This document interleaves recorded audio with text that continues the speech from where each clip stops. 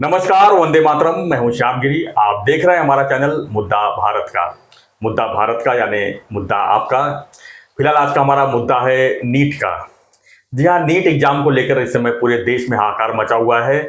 Students खासकर जो है उनके भविष्य को लेकर जो है लोग काफ़ी चिंता में हैं। लेकिन ये राजनीति के ऊपर भेंट चढ़ी हुई है पूरी मामला जो है। अब इसकी सीबीआई जांच कर रही है, लेकिन सवाल ये उठता है कि आखिर में इतने जवाबदारी वाली जो परीक्षा है जिसके ऊपर किसी करियर डिपेंड है, डिप्लोमा करने वाले स्टूडेंट को जो एक भविष्य निश्चित करते हैं, उनके साथ इस तरह खिलवाड़ क्यों हो रहा है, क्यों पेपर लीक हो रहे हैं बार बार, और इसके ऊपर सरकार जो है कड़ाई से क्यों नहीं पेश आती है। इसी सवालों के साथ आज हम अपने वीडियो में जानेंगे। हमारे साथ में है विवेक जोशी जी, जो राजनीति विशेषज्ञ भी हैं, सीनियर एडवोकेट भी हैं।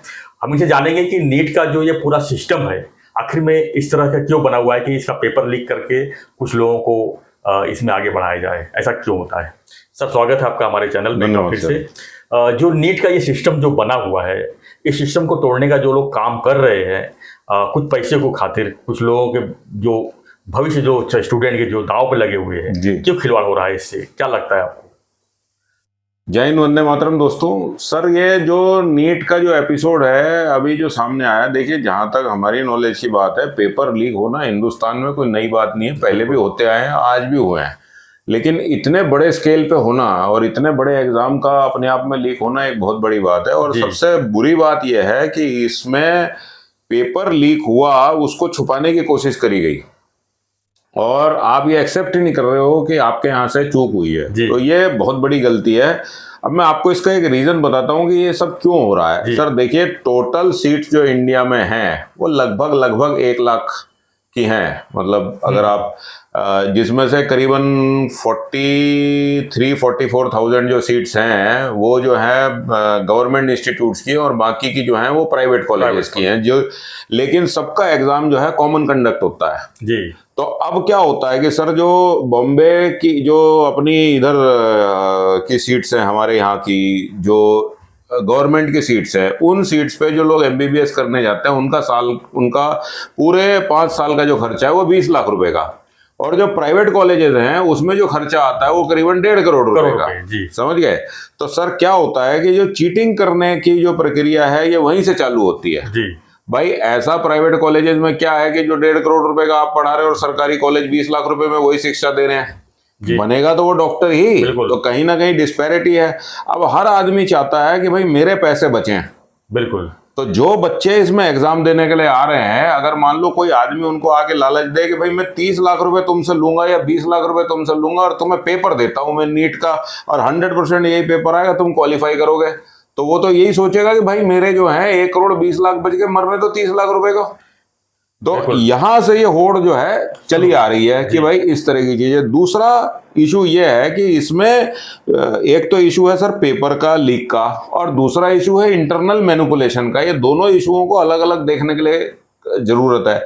एक में क्या है कि सर पेपर छपे जी, आपने पेपर लीक कर दिए। अब आप ये कह रहे हो, एनटीए जो है, जो नेशनल टेस्टिंग एजेंसी है, वो ये कह रही है कि भाई पेपर तो लीक हुआ ही नहीं, और जो लीक हुआ वो बड़े लिमिटेड पैरामीटर में हुआ।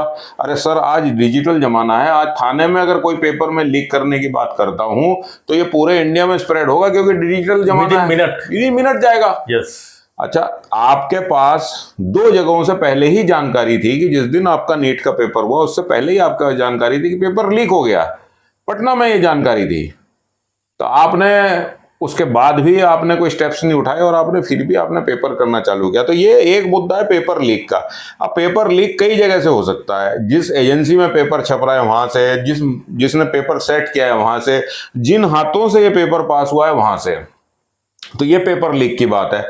दूसरी बात है सिस्टम को मैनिपुलेट करने की। सर जिस समय पे ये आग लगी तो जो ये नेशनल टेस्टिंग एजेंसी जो है, इन्होंने ये प्रेस रिलीज निकाला। अब मैंने इस प्रेस रिलीज को बड़े गौर से पढ़ा, और इस प्रेस रिलीज में ही मैंने उस मैनिपुलेशन को पकड़ा। अभी देखिए, ये प्रेस रिलीज जो इन्होंने निकाला, ये प्रेस रिलीज इन्होंने जब निकाला जब ये बवाल हो गया। अब मैं इसको क्यों कह रहा हूं वो मैं आपको बताता हूं। सर इस प्रेस रिलीज में एनटीए ने यह बताया कि राजस्थान में सवाई माधोपुर में एक इंस्टीट्यूट है जिसमें ऐसा हुआ, और हमने वो फोटोग्राफ देखी और सोशल मीडिया में फोटोग्राफ सर्कुलेट हो रही थी, और कुछ एग्जामिनेशंस में ऐसा हुआ कि जिसकी वजह से बच्चों को डिले हुआ एग्जामिनेशन देने में, मतलब उनका टाइम वेस्ट हुआ। तो जब उनका टाइम वेस्ट हुआ तो हमने वो टाइम कंपनसेट करने के लिए, क्योंकि बच्चों को अगर 3 घंटे का टाइम था, वो 3 घंटे में अपना एग्जाम प्रोना नहीं दे पाए किसी भी वजह से, तो हमने उन्हें ग्रेस मार्क दिए। ओ सर आप ग्रेस मार्क का भी सिस्टम जरूर। हाँ, ग्रेस मार्क दिए। अब वो ग्रेस मार्क इन्होंने कितनों को दिए?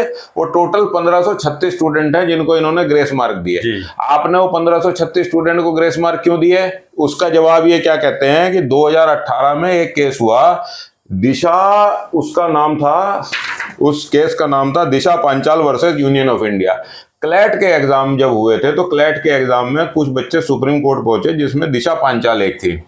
तो सुप्रीम कोर्ट ने उसमें क्या हुआ था कि सर वो जो पेपर हुआ था वो डिजिटल एग्जाम हुआ था, तो उसमें कुछ लोगों के कंप्यूटर नहीं खुले, कुछ लोगों के लेट से खुले, किसी में टिक नहीं आ रहा था, किसी में कुछ नहीं हो रहा था, उसकी वजह से उनको टाइम लॉस हुआ।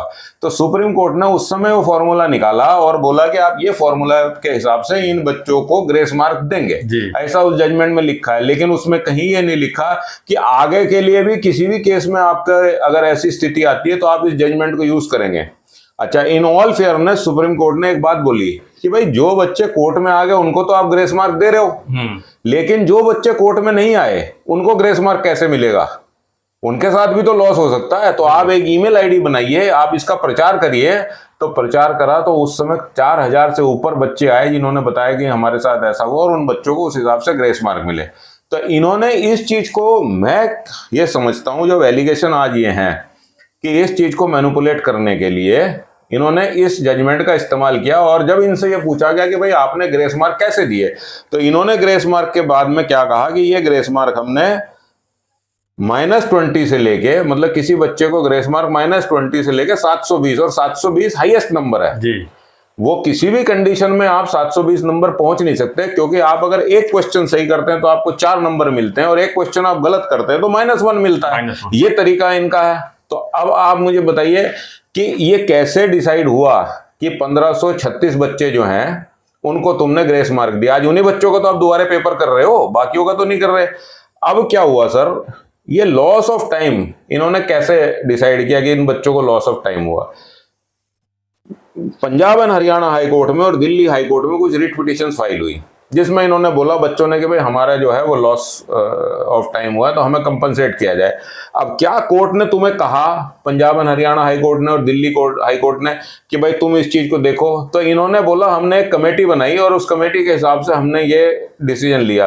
तो तुम्हें किसने बोला ये डिसीजन लेने के लिए? तुम्हें कैसे पता लगा कि खाली इतने ही सेंटर्स में जी हमारे को ग्रेस मार्क देने हैं? मैं तो कहता हूं भाई कहीं भी हो सकता है। और ग्रेस मार्क देने की अथॉरिटी किसने दी तुमको? वहां तो सुप्रीम कोर्ट ने बोला था तो तुम्हें देने पड़े। यहां किसने बोला तुम्हें ग्रेस मार्क देने के लिए? और पैसे ने बोला। अभी सर, अब जब ये एलिगेशन लगी है तो इस चीज की एक हाई लेवल इंक्वायरी होनी चाहिए, और जब आप हाई लेवल इंक्वायरी करेंगे तो निष्पक्ष इंक्वायरी होनी चाहिए, और हर इंक्वायरी में एक ऐसा ऑफिसर कड़क आना चाहिए जो ये हुआ। अभी इन्होंने अरेस्ट भी कर ली, इन्होंने वो बच्चे भी अरेस्ट करे। अभी देखिए गुजरात में इनको ये पता लगा कि मुन्ना भाई, मतलब कोई आदमी प्रॉक्सी आके आपका पेपर दे रहा है, दूसरा आप कोई आदमी आपका पेपर दे रहा है, या मास्टर जी जो हैं वहां के वो आपको मदद कर रहे हैं, आपकी गाड़ी में कैश पकड़ा जा रहा है। अब आप ये बताइए सर, जो बच्चे नीट का एग्जाम दे रहे हैं एनटीए के थ्रू, वो बच्चे 18 साल के होंगे, 19 साल के होंगे या 20 साल के होंगे, अगर किसी का टाइम लैग हुआ होगा तो इससे ज्यादा तो नहीं होंगे। अब सवाल ये आता है कि 19 साल का, 18 साल का, 20 साल का बच्चा 10 लाख, 15 लाख, 20 लाख, 25 लाख रुपए कहां से लाएगा? पेरेंट्स देंगे। तो पेरेंट्स ने दिए, तो इसका मतलब बच्चों को अनएथिकल बनाने का काम उनके पेरेंट्स ने किया। तो अब जब ये चीज आएगी तो उन बच्चों को अरेस्ट मत करो। बच्चे मतलब वयस्क जो हैं, जो बच्चे बड़े हो गए 18 साल से ऊपर, उनको अरेस्ट मत करो, उनके पेरेंट्स को भी करो। बिल्कुल, क्योंकि किसी ने ये तो किया कि भाई पैसे जाके जमा करें, और सारे पैसे कैश में जा रहे हैं। कैश आया कहां से? किसी ने कोई एफडी तोड़ी होगी, किसी ने कुछ किया होगा, वहीं से आया होगा। अब ये सारे मुद्दे, जब ये काम, जब इसकी सीबीआई की जांच होगी, जब इसकी निष्पक्ष जांच होगी, तभी ये बाहर आएगा, अदरवाइज ये तो बाहर आने वाला नहीं। अब आप ये समझिए कि सर क्या इशू है।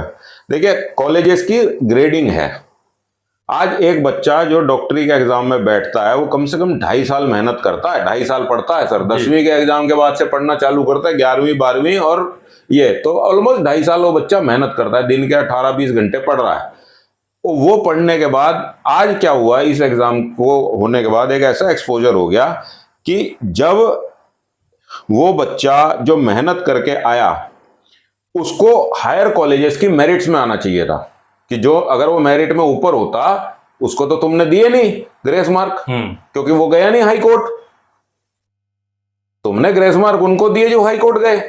जो बच्चा मेहनत करके आया था, जो बच्चा पढ़ के आया था, जिसको हायर इंस्टीट्यूट में मिलना था, मान लो एम्स में उसका सिलेक्शन होता, अगर उसके 715 नंबर होते, आज तो 720 नंबर वाले 5 बच्चे हैं जिनके 720 आए। भाई कैसे आ गए? आप जवाब देते हो कि सर ये तो भाई चांस है। भाई चांस है तो ठीक है, लेकिन इसका इन्वेस्टिगेशन होना चाहिए। बिल्कुल। तो उन बच्चों को जो हायर रैंक लेके आते, आज उनको उन लोगों ने सबसाइड कर दिया, वो उनके ऊपर आ गए जो चीटिंग करके आए।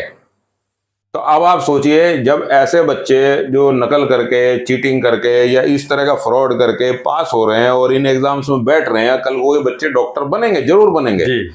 तो ये बच्चे एथिकल डॉक्टर होंगे या अनएथिकल डॉक्टर होंगे? सीधी बात है ना। अब क्योंकि सर वो तो खर्चा करके आया है, उसको पता है ये चीज है, वो जबरदस्ती के टेस्ट लिखेगा। तो यानी कि आप ब्लैक शीप्स तैयार कर रहे हो, आप सिस्टम तैयार कर रहे हो। अब सर बात करते हैं थोड़ी सी आगे जवाबदेही की। सर इससे पहले ये कंबाइंड प्री मेडिकल टेस्ट जो होता था सीबीएसई करती थी। सीबीएसई भारत सरकार की संस्था है। 2017 में भारत सरकार ने सीबीएसई के पास से ये लेके ये नई कंपनी बनाई, एनटीए, नेशनल टेस्टिंग एजेंसी। ये कोई सरकारी कंपनी नहीं है, ये प्राइवेट एजेंसी है। ये इंडियन सोसाइटीज एक्ट 1860 में रजिस्टर की हुई एक सोसाइटी है और इसका अपना एक संविधान है जिसके बेस पे चलती है। इन्होंने कहीं से भी लोग उठा लिए और इन्होंने अपने वहां भर्ती कर लिए।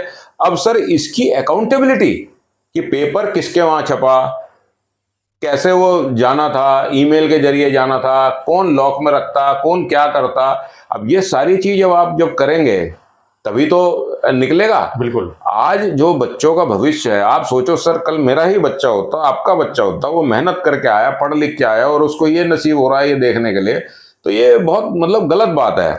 अभी आप ये समझिए सर, एक मैं छोटी सी आपको कैलकुलेशन बताता हूं सर, कि 1536 बच्चे हैं।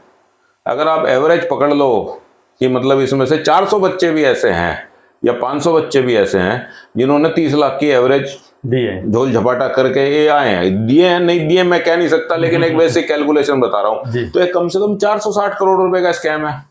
तो इसको तो इकोनॉमिक ऑफेंस देख के बड़े लेवल की इन्वेस्टिगेशन होनी चाहिए और इसमें माननीय सुप्रीम कोर्ट के या माननीय हाई कोर्ट के कोई ना कोई रिटायर्ड जज, उनकी कमेटी बननी चाहिए ताकि वो किसी भी तरह के एविडेंस का मैनिपुलेशन ना करें। बिल्कुल। अब ये जिम्मेदारी बनती है भारत सरकार की, नहीं तो आज बच्चों को इस सिस्टम के ऊपर से विश्वास हट गया।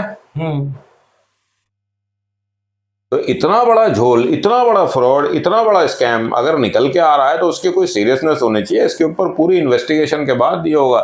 लेकिन इतना ये समझ लीजिए कि इसमें कोई ना कोई अंदर का आदमी जरूर इन्वॉल्व है और अंदर के आदमी को ये पता है कि सिस्टम को कैसे तोड़ और मरोड़ के काम करना है। अदरवाइज ये जो बात है मार्क्स देने की, ये जो ग्रेस मार्क देने की, ये बात कभी उठती नहीं जी। कभी भी सुप्रीम कोर्ट ने अपने 2018 के जजमेंट में ये नहीं बोला कि आने वाले टाइम में यही चीज होगी। अच्छा वो तो डिजिटल हुआ था, इसमें क्या है भाई, किसी बच्चे का गलत पेपर दे दिया गया, तुमने अंग्रेजी की जगह हिंदी का पेपर दे दिया गया उसको, या कोई हो गया, तो तुमको सीसीटीवी फुटेज देखनी चाहिए। दूसरा, किस स्कूल में तुम इस एग्जाम को देने के लिए बच्चों को बिठा रहे हो, वो स्कूल तुमने कैसे सेलेक्ट किया? भाई कोई एसओपी होना चाहिए, कुछ तो होना चाहिए। तो भविष्य में ऐसी फिर से ऐसी गड़बड़ी न हो, उसके लिए क्या होना चाहिए आपके हिसाब से? ये आपका बहुत वाजिब प्रश्न है सर। एक्चुअल में क्या होता है कि एक हकीकत ये है कि एक सिस्टम बनता है, वो सिस्टम बनता अच्छे काम करने के लिए भी। एनटीए जो बना ये भी अच्छे काम करने के लिए बना था। डिजिटल जमाना है, ओटीपी का जमाना है, तो ऐसे में जो है कहीं ना कहीं इसको मैं उसी चीज पे आ रहा हूँ सर। सिस्टम जब चलता है तो उसमें कुछ खामियां आ जाती हैं, तो उसको रन टाइम एरर बोलते हैं। तो धीरे धीरे करके वो खामियां पता लगती है और इंप्रूवमेंट आता है। और एक टाइम ऐसा आता है जब सिस्टम कंफर्टेबल हो जाता है, वो बोलता नहीं मैं तो बहुत बढ़िया चल रहा हूँ, फिर उसमें एक चीज आती है जो झंझोड़ देती है। तो ये झंझोड़ने वाली स्थिति आ गई है और यही स्थिति अब कड़े कानून लाएगी। इसमें ये नहीं कि आप जो पकड़े गए उन्हें 1-2 साल की सजा दे दी, 5-6 लाख रुपए का जुर्माना कर दिया। मैं तो कहता हूँ इसमें जो दलाल हैं वो पकड़े जाने चाहिए, जिन्होंने चीटिंग करी वो पकड़े जाने चाहिए, और जिन पेरेंट्स ने ये काम किया वो भी, उनको भी कड़ी से कड़ी सजा देनी चाहिए। क्योंकि मैसेज हिंदुस्तान में क्लियर जाना चाहिए कि हम जो प्रायोरिटी देंगे वो पढ़ाई लिखाई को देंगे, बिल्कुल, बदमाशी, गुंडागर्दी, फ्रॉड को नहीं देंगे, बिल्कुल। तो आने वाले समय में देखिए क्या निकलता है। बाकी ये जो पेपर इन्होंने बनाया, ये जिसको प्रेस रिलीज बनाई, ये प्रेस रिलीज तो लीपापोती के लिए बनाई गई थी, जो इन्होंने सोचा कि ये है सब सही हो जाएगा। कोई एजेंसी लीपापोती क्यों करेगी सर? अब देखते हैं सीबीआई क्या निष्कर्ष निकालती है इसके पीछे। अब सीबीआई के ऊपर तो किसी को बहुत ज्यादा आजकल भरोसा रहा नहीं है ना सर। क्यों? क्योंकि देखिए सुप्रीम कोर्ट में जब सीबीआई के पुराने मुकदमे चल रहे थे तो माननीय सुप्रीम कोर्ट ने कहा भाई CBI is a cage parrot, मतलब तोता है और जो पिंजरे में है। अब पिंजरा किसका है? भारत सरकार का है। तो निष्पक्ष जांच करने के लिए इसमें आज की डेट में देखिए जांच तो सीबीआई करेगी, वो बराबर करेगी, मेरा तो विश्वास है, बाकी लोगों का मैं जानता नहीं, लेकिन लोगों को आज भी न्यायिक व्यवस्था पे विश्वास है। तो कहीं ना कहीं स्टूडेंट का भरोसा वापस लाने के लिए मैं फिर से कह रहा हूं, भारत सरकार इसमें सीबीआई की जांच माननीय सुप्रीम कोर्ट के रिटायर्ड जजेस के अंडर कराए, तो वो एक मैसेज जाएगा बच्चों को कि हाँ हमारे साथ आने वाले टाइम में खिलवाड़ नहीं होगा, सब कुछ सुरक्षित रहेगा। धन्यवाद सर इस जानकारी के लिए। तो हमारा आज का विषय यही था कि नीट के एग्जाम में इस तरह का हेराफेरी जो इस तरह हो रहे हैं, क्यों पेपर लीक हो रहे हैं, इसीलिए, और पेपर लीक न हो इसके लिए आगे क्या कार्रवाई हो सकती है, इसी पर हम चर्चा कर रहे थे। आपको क्या लगता है कि नीट के संबंध से तो हमारे ख्याल से आम आदमी भी है इसमें, क्योंकि आज की तारीख में अगर डिप्लोमा करना है तो ऐसे एग्जाम के थ्रू ही जाना पड़ता है, सीधा जो है इसका एडमिशन होता नहीं है। तो ऐसे में जो है ये कॉमन चीज़ें हैं और इस कॉमन चीज़ को सुधारने के लिए और क्या होना चाहिए, आप प्रतिक्रिया जरूर दीजिए और ऐसी खबरों के लिए बने रहिए हमारे साथ, देखते रहिए हमारा चैनल मुद्दा भारत का। धन्यवाद सर। धन्यवाद। जय हिंद, जय भारत सर।